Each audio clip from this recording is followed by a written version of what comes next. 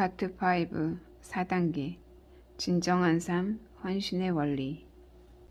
인투 4단계 원리 중에서 진정한 삶의 원리가 제일 중요합니다. 이는 예수님이 오시는 그날까지 우리가 어떻게 살 것인가에 대한 내용입니다. 문제는 하나님의 말씀대로 살아야 하는 것은 알고 있지만 억울해서 그렇게 살기 싫다는 것입니다. 이것이 상처가 주는 아픔입니다. 그러나 하나님의 사랑을 체험하고 자아상을 회복하고 상처를 치유하고 나면 예수님이 내 인생에서 가장 중요한 대상이 됩니다. 그럴 때 하나님의 방법대로 살 수 있는 힘이 생깁니다. 옛사람과 그 행위를 벗어버리고 새 사람을 입으라는 말은 예전에는 세상적인 가치관이 머릿속에 가득했으나 예수님을 믿는 그리스도인이 된 후로는 생각과 가치관이 바뀌어야 한다는 뜻입니다. 세상적인 가치관을 버리고 하나님의 가치관을 선택하는 것, 하나님의 방법대로 살겠다고 결단하는 것, 이것이 매우 중요합니다. 창세기 3장에 나타난 진정한 삶의 원리, 거짓되고 잘못된 삶, 너를 위해서 살고 세상의 모든 것을 얻기 위해서 살라. 창세기 3장 5절. 아담과 하와는 생명나무가 아닌 선악과를 따먹고 말았습니다. 생명나무이신 예수님이 아닌 세상을 위해서 나를 위해서 살기로 선택한 것입니다. 본성대로 살라. 창세기 3장 7절, 10절. 나를 위해서 사는 사람들은 본성대로 내 마음이 원하는 대로 삽니다. 아담과 하와는 선악과를 따먹고 서로에게 상처를 받기 시작했습니다. 부끄러움에 서로 가면을 쓰기 시작했고 감추고 숨기기 시작했습니다. 하나님이 부르시니까 두렵다고 도망가 버리고 말았습니다. 부끄럽다고 감추고 두렵다고 도망가 버리는 것, 이것이 본성대로 사는 삶입니다. 우리는 좋으면 사랑하고 싫으면 헤어집니다. 하고 싶은 것만 하고 먹고 싶은 것만 먹고 가고 싶은 데만 갑니다. 느끼는 대로 삽니다. 내 맘대로 사는 것을 자유라고 말하지만 본성대로 사는 것은 마귀에게 끌려다니는 삶에 불과합니다. 대응적으로 살라. 창세기 3장 12절 13절.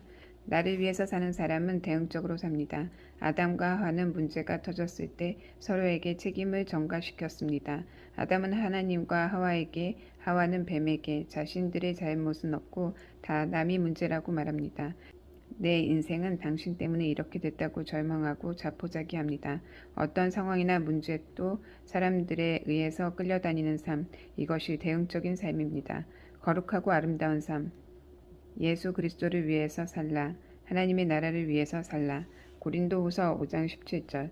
그가 모든 사람을 대신하여 죽으심은 살아있는 자들로 하여금 다시는 그들 자신을 위하여 살지 않고 오직 그들을 대신하여 죽었다가 다시 살아나신 이를 위하여 살게 하려 함이라. 고린도후서 5장 15절. 이에 우리는 선악과가 아닌 생명나무를 먹어야 합니다. 생명나무는 예수 그리스도입니다. 나를 위해서 사는 것이 아니라 예수 그리스도를 위해서 살고 세상에 좋은 것이 아니라 하나님의 나라를 위해서 살아야 합니다. 본성을 거스르라. 로마서 11장 24절.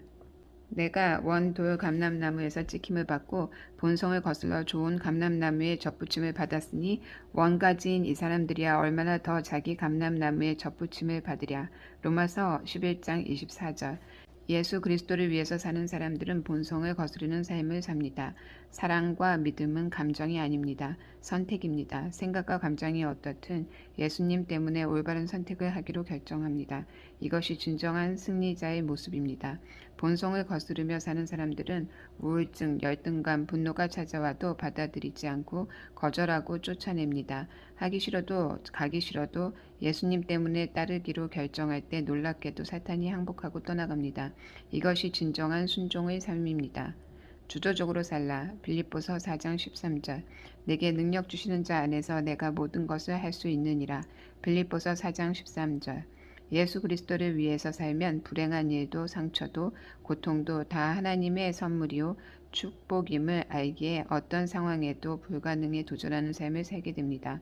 결코 누구를 원망하거나 책임 전가하지 않습니다. 오히려 감사의 삶을 삽니다.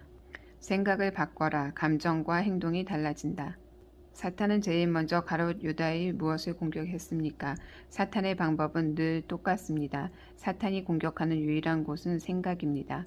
너 얼마나 기분 나쁘니? 넌 만날 그렇게 바보같이 당하고만 살 거야? 자존심 좀 가지라고. 무시당하지 않도록 너를 겹으로 싸라고. 절망하라고, 포기하라고, 넌 가치가 없는 애라고, 넌 더럽고 추악한 사람이라는 생각을 주입합니다. 성경을 보면 사탄이 가룟 유다에게 예수님을 팔 생각을 넣어줬다고 했습니다. 이 생각이 들어왔을 때 가룟 유다는 그게 자기 생각인 줄로 착각했습니다. 그래, 내가 예수님을 팔아버리겠어. 가룟 유다는 왜 이런 생각을 했을까요? 리더에 대한 불평, 불만이 있었거나 아니면 흑심이 있었을 것입니다. 사탄은 가룟 유다의 욕심과 불평, 불만의 냄새를 맡고 찾아왔을 것입니다. 하와의 마음에 하나님이 주신 에덴 동산의 축복에 대한 욕심이 가득했을 때 사탄이 찾아와 그를 유혹한 것처럼 말입니다. 우리도 다르지 않습니다. 우리 안에 상처가 있고 그로 인해 생긴 불평과 욕구 불만이 가득 차오를 때 사탄의 거짓말이 달콤하게 들립니다. 사탄이 주는 말이 100% 믿어집니다. 이때는 하나님의 말씀을 멀리서 들리는 메아리처럼 귀에 들어오지 않습니다. 사탄이 하는 말이 뱃속 깊이 쏙쏙 들어옵니다. 내가 예수님을 믿었는데도 평생 큐티를 했는데도 새 사람을 입지 못하고 여전히 옛사람인 이유가 뭘까요? 여전히 남편과 아내, 자녀에게 포근을 하고 비난하고 못마땅하고 불안하고 외롭고 두렵고 절망적이고 열등감 덩어리인 이유가 뭘까요? 생각이 하나도 안 바뀌었기 때문입니다. 예수님은 믿었지만 믿음의 생각으로 바뀌지 않아서 감정과 태도의 변함이 없는 것입니다.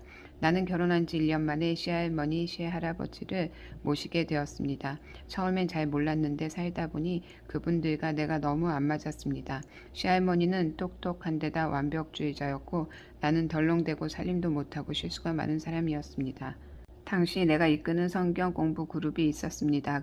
그런데 늘 마음에 할머니를 미워하는 감정을 품고 있으니까 성경 공부를 하러 가는 것이 편하지 않았습니다. 그래서 집사님들 미안해요. 오늘 또 내가 우리 할머니를 미워했어요 하고 먼저 고백한 뒤에야 성경 공부에 임할 수 있었습니다. 그러면 집사님들은 나를 불쌍히 여기며 기도도 해주고 위로도 해주었습니다. 그러던 어느 날 나와 친하게 지내던 어떤 분이 아이고 하집사 이제 그 얘기 좀 그만해. 우리도 힘들어. 오기 전에 해결하고 와 하는 겁니다. 한마디로 듣기 싫다는 겁니다. 정말 마음이 아팠습니다. 여기서 또 이런 얘기를 할 수 없구나. 사람들이 날 힘들어하는구나. 그 뒤로 나는 할머니에게 매우 예의 바른 손주 며느리로 위장하며 살았습니다. 안녕히 주무세요. 안녕히 주무셨어요. 감사합니다. 제가 잘못했어요. 죄송합니다. 많이 잡수세요. 믿는 사람이 저러면 안 되지 하는 말을 듣기 싫어서 겉으로만 너무 예의 바른 손주 며느리 역할을 했습니다. 그러나 속으로는 너무 싫어 하며 미칠 지경이었습니다. 시할머니께서 둘째 동선의 집에 다녀오신 후로 나는 더 큰 상처를 받았습니다. 둘째 동선은 살림도 잘하고 알뜰살뜰 며느리입니다. 콩나물 대가리 하나 허투루 버리는 법이 없을 만큼 살림을 야무지게 잘 했습니다. 할머니는 그런 둘째 동서를 보면서 내 모습과 많이 비교되었던 모양입니다. 애미야, 내 동서는 콩나물 씻으면서 대가리 하나도 버리지 않더라. 할머니는 드러내고 야단치시지는 않았지만 이런 식으로 둘째 동서와 비교해서 내 마음을 상하게 했습니다. 그러면서 할머니가 더 싫어지고 미워하는 내 마음 때문에 스스로 상처받기를 반복했습니다. 당시 남편은 군의관을 제대한 뒤 아이들과 함께 10기 DTS에 들어갔습니다. 그리고 그때를 계기로 내 마음의 상처가 치유되기 시작했습니다.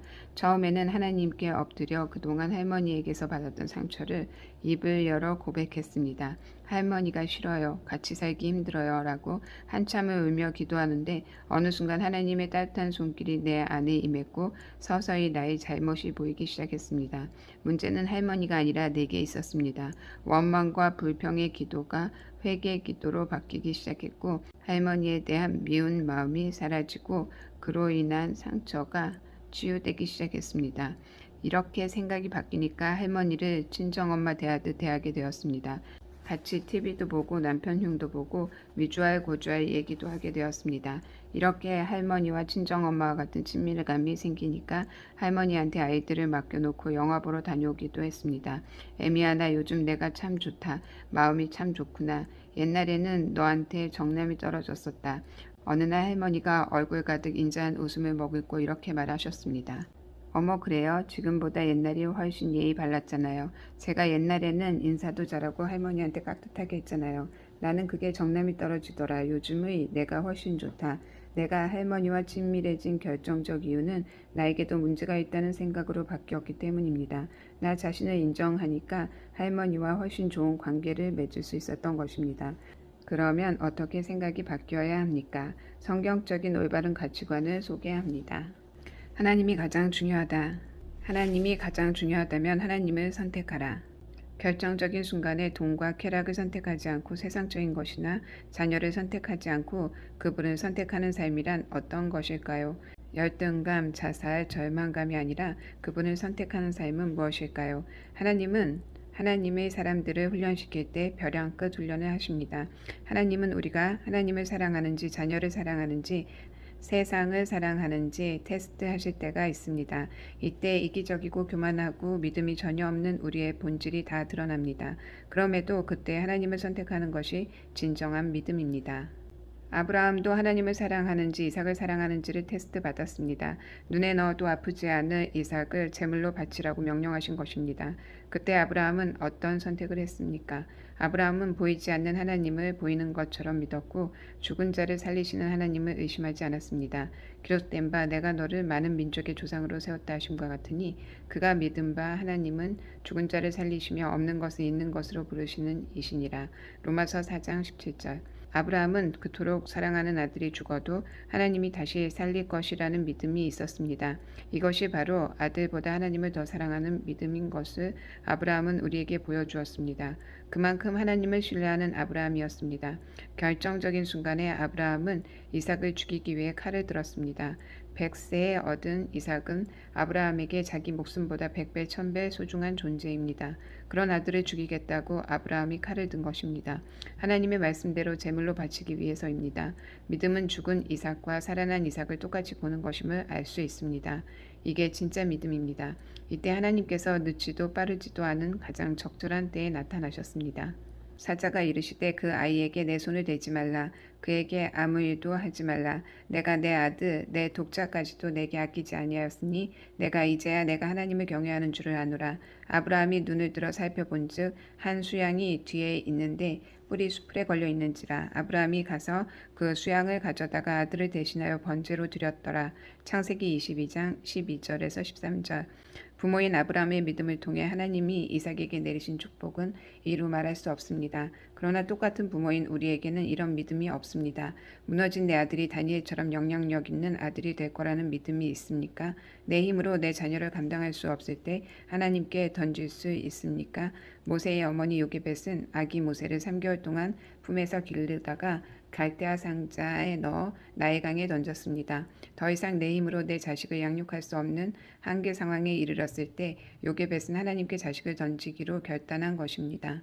아브라함처럼 요게벳이 아기 모세를 향한 하나님의 완벽한 사랑을 신뢰할 수 없었다면 결코 나일강에 모세를 던질 수 없었을 것입니다. 이것은 굉장한 모험입니다. 나일강가에서 아기 모세의 울음소리를 듣고 애굽 병사가 모세를 죽일 수도 있습니다. 또 바람이 불어 갈대상자가 뒤집히면 아기 모세는 그대로 죽습니다. 그렇지 않더라도 모세를 발견해서 건져내는 사람이 없다면 모세는 젖을 먹지 못해 굶어 죽게 될 것입니다. 따가운 햇볕에 질식해서 죽을지도 모릅니다. 그러나 요게벳에게는 하나님이 어린 모세를 완벽하게 지키셔서 머리카락 하나도 다치지 않게 하시리라는 사람을 보내어 모세를 돌보게 할 것이라는 흔들리지 않는 믿음이 있었습니다. 어머니 믿음 그대로 하나님은 애굽의 공주를 준비시키셨습니다. 아기 모세는 공주의 아들 즉 애굽의 왕자로 살게 되었고 미리암을 통해 다시 어머니 품에서 3살까지 자랄 수 있었습니다. 놀라운 기적이 일어난 것입니다. 이런 기적이 오늘날 내 자녀에게도 일어날 수 있습니다. 모세의 어머니와 같은 믿음이 우리에게 있다면 우리도 자녀를 갈대상자에 넣을 수 있습니다. 우리 자녀가 잘 되면 좋지만 잘 못돼도 폐인이 되어도 망가져도 괜찮아. 하나님이 우리 아이를 그냥 내버려 두지 않으실 거야.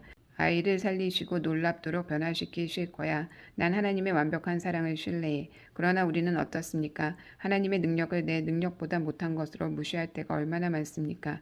다른 아이들은 다 변화시켜도 우리 아이만큼은 변화시키지 못할 것 같다는 의심 때문에 그렇습니다. 하나님을 믿을 수 없어. 내가 우리 아이를 살리고 지켜야 해. 아이를 더 깊이 끌어안을수록 실패의 길을 가는 겁니다.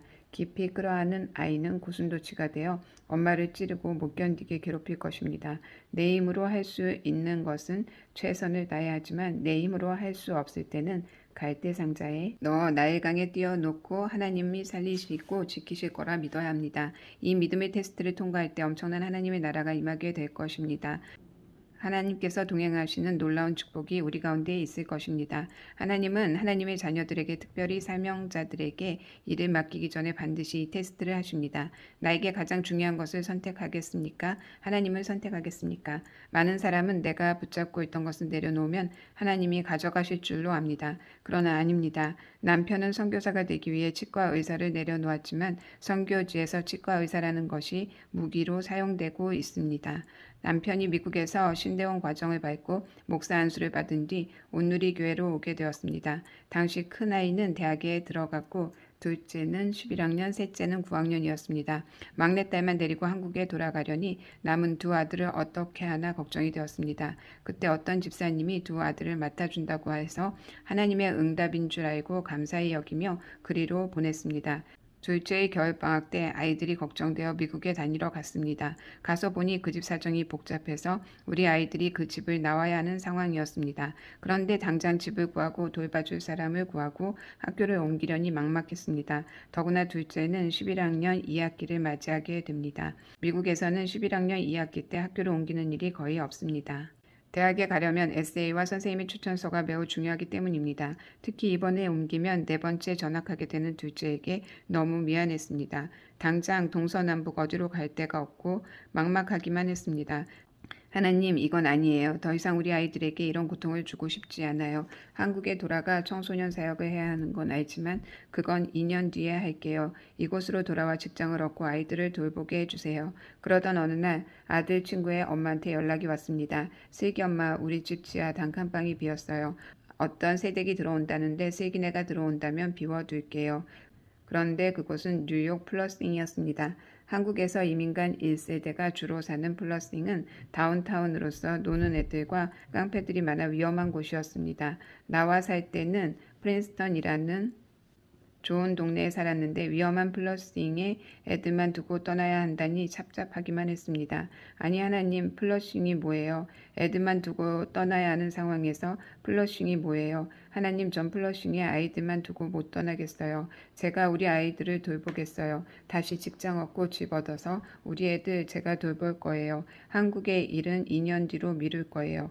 통곡을 하며 하나님께 떼를 썼습니다. 그때 성령님이 내 품에서 자식을 끄집어내고는 사명과 자식을 나란히 놓더니 말씀하셨습니다. 신주야, 다시 선택해라.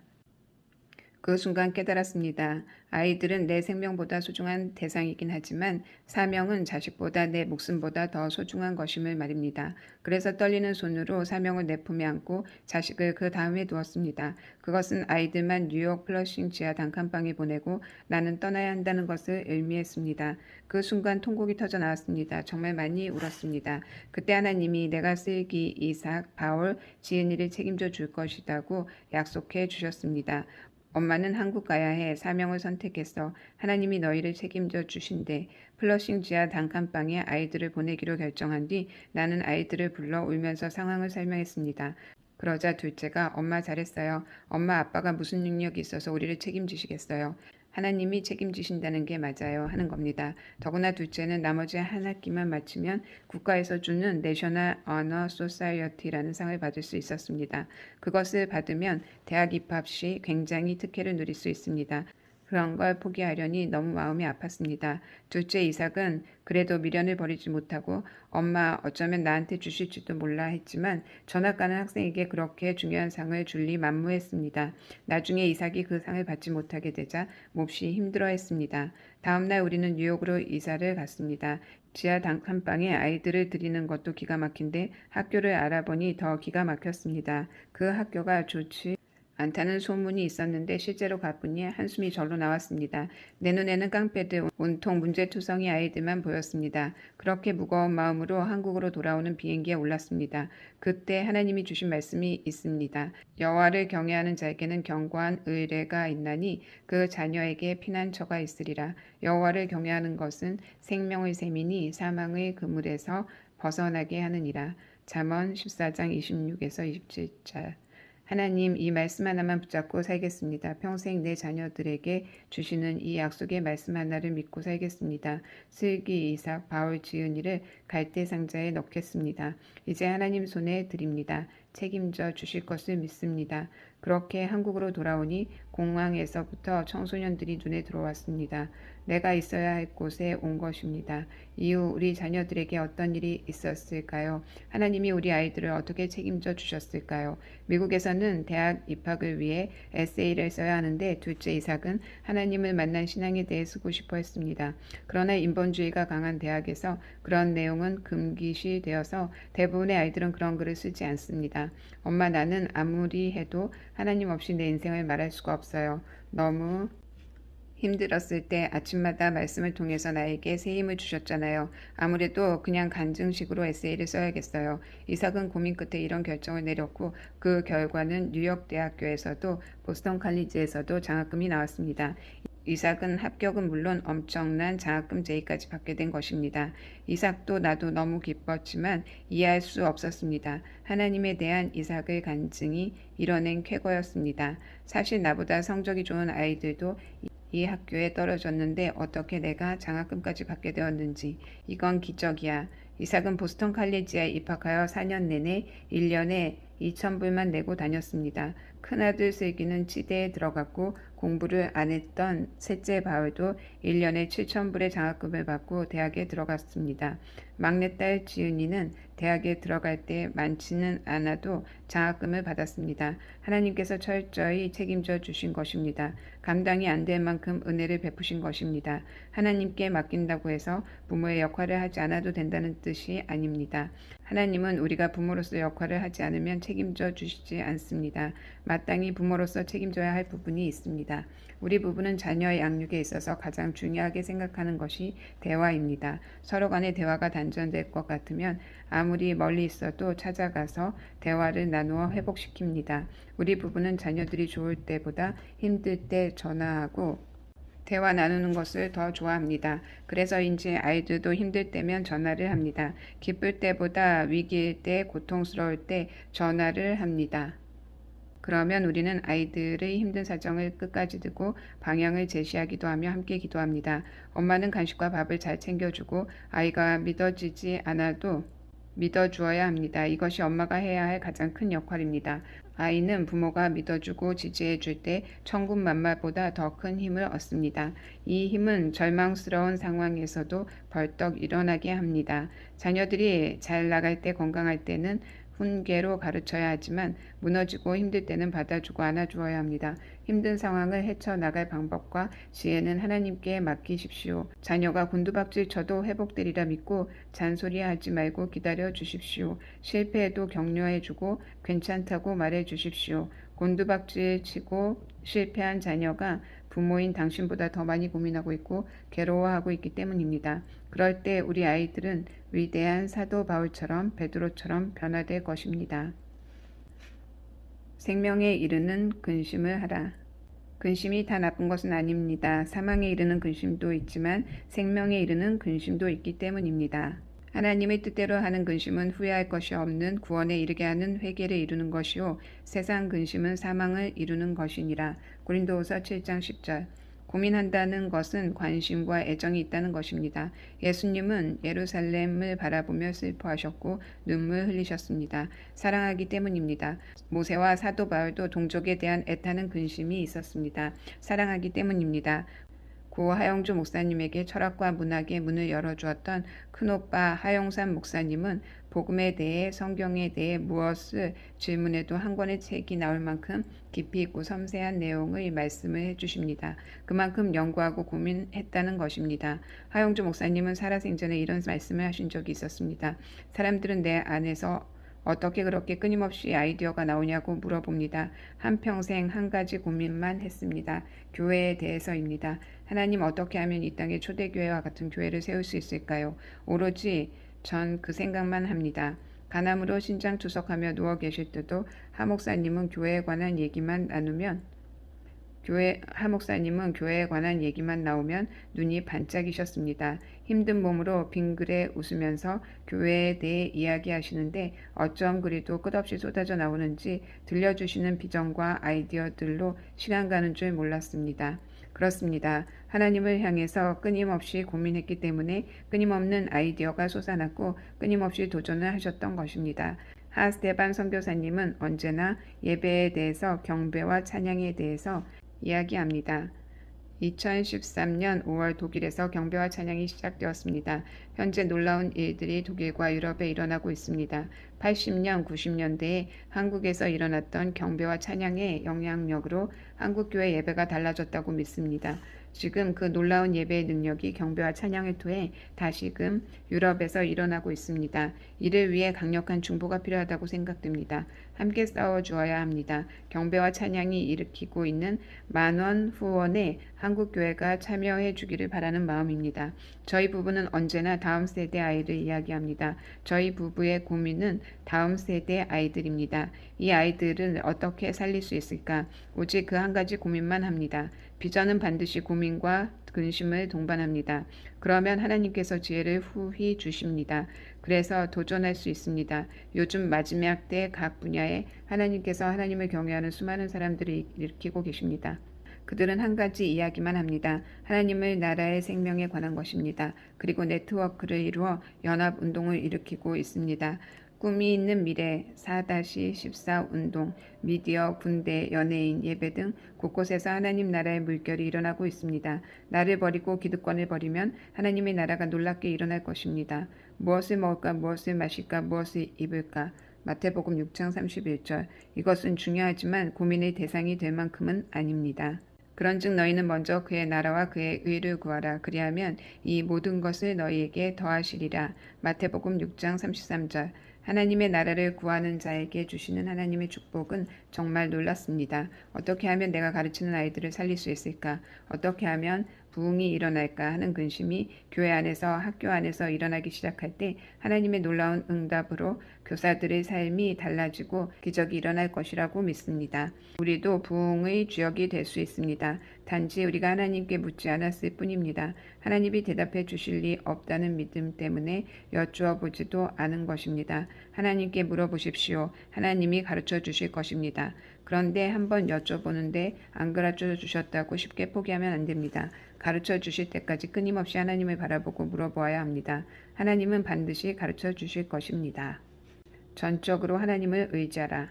진짜 예수 그리스도가 내 인생에서 가장 중요한 분이라면 우리는 하나님만 의지하게 될 것입니다. 우리는 입버릇처럼 하나님을 의지한다고 말하지만 실제로는 우리가 생각하는 것보다 더 하나님을 의지하지 않습니다. 하나님을 의지하는 것은 무엇일까요? 우리 부부는 예전에 중국에서 유치원을 운영한 적이 있습니다. 당시 그 도시에서 우리 유치원이 놀이교육의 모델로서 400명가량의 한족, 조선족 아이들이 넘쳐났으며 영향력도 있었습니다. 남편이 사역을 마친 뒤 신학 공부를 위해 미국으로 떠나면서 유치원도 내려놓게 되었습니다. 그런데 우리가 떠난 뒤 유치원에 문제가 생겼습니다. 유치원은 본래 방직 공장에 딸린 유치원이었는데 방직 공장이 운영난에 시달리면서 유치원 건물이 경매로 팔리게 된 것입니다. 유치원은 하는 수 없이 방직 공장에서 마련해준 사무실로 옮긴 뒤 200명가량의 아이들을 데리고 힘겹게 운영하고 있었습니다. 우리가 떠나면서 세운 유치원 원장은 조선족으로서 하나님을 믿지 않았습니다. 그런 그가 얼마나 속이 탔던지 하나님께 기도했습니다. 새벽 1-2시쯤 기도하면 하나님이 응답해 주신다는 말을 누군가에게서 듣고 매일 새벽 1시에 눈을 떠 기도한 것입니다. 그런데 나는 성경 지식이 전혀 없는 불신자인 원장이 기도할 때 기도하지 않았습니다. 나는 유치원 사정을 원장에게 듣자마자 하나님 앞에 무릎 꿇지 않고 온누리 교회의 하용주 목사님께 전화했습니다. 오빠, 무지개 유치원이 2차 저차에서 어렵게 됐어요. 도와주세요. 유치원을 다시 세워야 해요. 나는 하나님이 아니라 온누리 교회와 둘째 오빠인 하용주 목사님을 의지한 것입니다.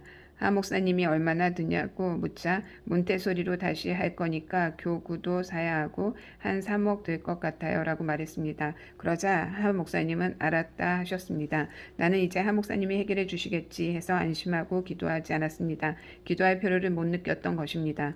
나는 이렇게 하나님을 전혀 의지하지 않았습니다. 하나님을 바라보지 않았습니다. 프린스턴에서 공부하는 전도사들과 철야를 하던 어느 날이었습니다. 기도 중에 하나님께서 말씀하셨습니다.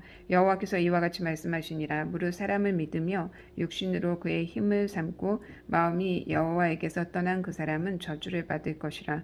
그는 사막의 떨기나무 같아서 좋은 일이 오는 것을 보지 못하고 광야, 간조한 곳, 건건한 땅, 사람이 살지 않는 땅에 살리라. 그러나 무릇 여호와를 의지하여 여호와를 의뢰하는 그 사람은 복을 받을 것이라. 그는 물가에 심어진 나무가 뿌리를 강변에 뻗치고 더위가 올지라도 두려워하지 아니하며 그 앞이 청청하며 가무는 해에도 걱정이 없고 결실이 그치지 아니함 같으리라. 에레미야 17장 5절에서 8절. 하나님께서 야단치시는 것이 느껴졌습니다. 내가 혈육을 의지하고 권력을 의지하면 너는 저주를 받을 것이다. 광야, 간조한 곳, 건건한 땅, 사람이 살지 않는 땅에 살 것이다. 너는 나를 의지하지 않았다. 순간 이 말씀이 너무 두려워져 눈물, 콧물을 흘리며 회개했습니다. 하나님, 저 오빠 의지하지 않을게요. 온누리교회 의지하지 않을게요. 저는 저주받기 싫어요. 사막과 같은 광야에서 혼자 살기 싫어요. 잘못했어요. 하나님 용서해 주세요. 하나님만 의지할게요. 이렇게 기도한 지 3일 후 하 목사님한테서 전화가 왔습니다. 신주야, 너 지난번에 유치원 얘기했지? 2억인지 3억인지. 네, 맞아요. 그거 없던 걸로 하자. 온누리교회도 선교할 일이 많아서 거기까지 해줄 수 없겠구나. 그냥 없던 걸로 하자. 알았지? 하 목사님의 전화를 끊고 나와 남편은 할렐루야 하며 환호성을 질렀습니다. 이제부터 하나님이 하시겠다. 아멘 할렐루야. 이제 100% 하나님만 의지하게 된 것입니다. 이젠 우리에게 하나님만 계신 것입니다. 돈도 없고 백도 없고 사람도 없고 아무것도 없었습니다. 그렇게 1년 6개월이 흐른 뒤 기적이 일어났습니다.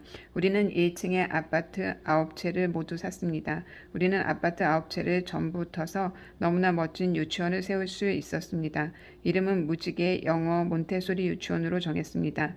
그뿐이 아닙니다. 교사들을 보내주셨고 있을 수 없는 놀라운 일들이 계속 일어났습니다. 우리는 더 많은 사람들에게 하나님은 살아계시는 분임을 증거할 수 있었습니다. 사람을 의지하겠습니까? 하나님을 의지하겠습니까? 적당히 하지 마십시오. 사람을 의지하지 마십시오. 돈 많은 아빠를 의지할까? 친구를 의지할까? 자녀를 의지할까? 빨리 포기하십시오. 그렇게 구걸하지 마십시오. 절대 사랑받을 수 없습니다. 어마어마한 상처만 받게 될 것입니다. 지금은 하늘나라에 계신 존경하는 하영주 목사님을 통해 나는 살아계신 하나님을 의지하는 법을 배웠습니다. 하 목사님은 너무나 부족하고 실수 많은 나를 사랑해 주신 분입니다. 아무리 몸이 아파도 전화하면 신주구나. 요즘 어떠냐. 인투는 잘하고 있니? 하며 늘 마음을 써주셨습니다. 나도 저렇게 죽고 싶다고 소망할 만큼 하나님은 하영주 목사님의 마지막 가는 길까지 축복해 주셨습니다. 하영주 목사님의 마지막 부탁은 다음 세대 아이들을 살리라는 것이었습니다. 우리 부부에게 가장 소중한 가치가 있다면 다음 세대 아이들을 살리는 일입니다. 큰아들 세기는 하 목사님 장례식 때 선교에 목숨 건 삶을 살겠다고 결심했습니다. 그리고 보스턴 온누리 교회에서 대학생 사역에 헌신하여 열심히 섬겼습니다. 어느 날 세기가 사뭇 진지한 얼굴로 아빠에게 교회 개척을 하자고 제안했습니다. 모든 면에서 준비된 조장원 목사님과 또 찬양 인도자인 둘째 이사기와 함께하면 좋겠다고 여러 차례 걸쳐 이야기했습니다. 남편은 슬기의 말을 귀담아 듣고 하나님께 나아가 전심으로 기도했습니다. 마침내 교회 개척에 대한 응답을 받고 개척 장소를 버지니아 쪽으로 결정했습니다. 그러나 문제가 있었습니다. 보스턴을 떠나 버지니아로 가는 것이 조 목사님께나 슬기에게는 큰 대가를 지불해야 하는 것이었기 때문입니다. 먼저 슬기의 경우 졸업을 앞두고 있었으나 공부하느라 학자금 대출을 많이 해 갚아야 할 빚이 있었습니다. 슬기는 졸업 후 치과병원을 개원해 그 빚을 갚고자 했습니다. 하버드 병원에서 성심을 다해 돌보았던 환자들도 슬기가 개원하면 옮기겠다고 하였고 또 적극적으로 병원 홍보와 환자 유치를 돕겠다고 했습니다. 그런데 버지니아로 가게 될 경우 낯선 타지에서 새롭게 시작해야 하는 상황이 된 것입니다. 또한 슬기의 약혼자인 아들인 예은이도 학교 졸업을 하지 못한 상태에서 우리와 함께 버지니아로 가려면 결혼 준비도 해야 하고 급히 졸업 준비도 해야 하는 무리한 상황이었습니다. 게다가 보스턴에서는 시험을 보지 않아도 약대 진학이 가능한데 버지니아에서는 소수의 학생만 뽑기 때문에 시험도 봐야 했습니다. 심지어 어떤 교수님은 졸업 후 같이 병원을 개원하자며 버지니아에 가지 말라고 하였습니다. 대학생 사역에 헌신했던 슬기는 대학생이 많은 보스턴, 특히 온누리 교회 대학부 학생들을 사랑했기 때문에 그들을 떠나는 것도 큰 고통 중 하나였습니다. 시간이 지날수록 보스턴에 꼭 남아야만 할 것 같은 너무 좋은 조건들이 계속 제시되었습니다. 어떻게 해야 하나? 개척을 꼭 버지니아에서 해야 하나? 보스턴을 떠나는 것이 과연 하나님의 뜻일까? 슬기는 간절히 하나님의 뜻을 구했습니다. 하나님의 뜻이라면 사랑하는 사람들이 많은 이곳, 치과 전문의로 확실하게 돈 벌 수 있는 이곳 보스턴은 아낌없이 버리고 버지니아로 떠나겠습니다. 그러나 확실하게 응답해 주셔야 합니다. 응답이 없다면 전 이곳에 있겠습니다. 기도한 지 5시간 만에 놀라운 응답이 뉴저지의 학교 선배로부터 왔습니다. 슬기야, 너 치과병원 자리 났는데 갈래? 거기서 보철과 치과의사를 찾고 있어. 나도 가려고 하는데 거기가 어디예요? 워싱턴, 버지니아 쪽이야. 네, 버지니아요? 슬기는 그 순간 말문이 막혔습니다. 근데 내가 아침 일찍 전화한 데는 이유가 있어. 사실 내가 어떻게 생각할지 몰라서 며칠째 전화를 할까 말까 망설였거든. 근데 갑자기 우리 큰언니한테서 전화가 온 거야. 어제 꿈을 꿨는데 하나님께서 슬기에게 그 치과병원을 소개해 주라고 하셨다는 거야. 그래서 너무 깜짝 놀라서 이른 아침이지만 전화한 거야. 정말 놀라운 기도 응답이었습니다. 저도 슬기를 위해 기도하던 중 보스턴은 부족함이 없는 기름진 땅이지만 영적으로는 소돔과 고모라처럼 하나님을 의지하지 않아도 되는 곳이라는 응답을 받았습니다. 반면 버지니아는 하나부터 10까지 모든 것이 다 불투명했기에 하나님만 의지하는 곳이었습니다. 슬기는 갈등 없이 버지니아행을 결정했습니다. 하나님만 의지해야 살 수 있는 그곳이 바로 축복의 땅임을 슬기와 저는 그 후 하나님이 하시는 일들을 통해서 확인할 수 있었습니다. 한편 조장원 목사님도 대가를 지불해야 하지만 버지니아로 미리 이사를 가서 모든 개척에 필요한 준비들을 하셨습니다. 그 후 목사님 가정에 부어주시는 축복을 보며 순종은 대가를 지불해야 하지만 하나님을 의지하는 삶 자체가 엄청난 축복이요 기쁨인 것을 느낄 수 있었습니다. 이제 우리는 온누리 교회 사역을 마무리하고 미국 버지니아 비엔나에서 워싱턴 온누리 교회 개척을 준비하고 있습니다. 2013년 9월 넷째 주 첫 예배를 드리게 됩니다. 영유아부터 청년에 이르기까지 어떻게 세상과 적그리스도와 맞서 싸워 이기고 승리하는 아이들로 양육할 것인지 고민하며 도전할 것입니다. 교재와 프로그램을 만들어 소통하는 예배, 참여하는 설교, 소통과 공감이 있는 소그룹으로 먼저 워싱턴 온누리 교회 차세대에서 임상한 후 매년 오륜교회에서 하는 꿈이 있는 미래 세미나 때 제시하려고 합니다. 저희는 정치, 경제, 사회, 교육, 미디어 등 무너져가는 각 영역의 완벽한 해결책이 성경 안에 있다는 것을 믿습니다. 성경적 교육 원리로 다음 세대 아이들이 살아나고 세상을 변화시키는 왕의 자녀로 세워질 것을 꿈꾸고 있습니다. 성경적 철학과 교육학과 심리학이 세상의 모든 영역에서 영향력을 미치는 그날까지 멈추지 않을 것입니다. 그래서 성경을 묵상하고 연구하여 칼날 같은 믿음의 원리들을 앞으로도 계속 성경에서 캐내려고 합니다. 이것이 이 세상의 남편과 우리 4명의 아이들이 존재하는 이유입니다.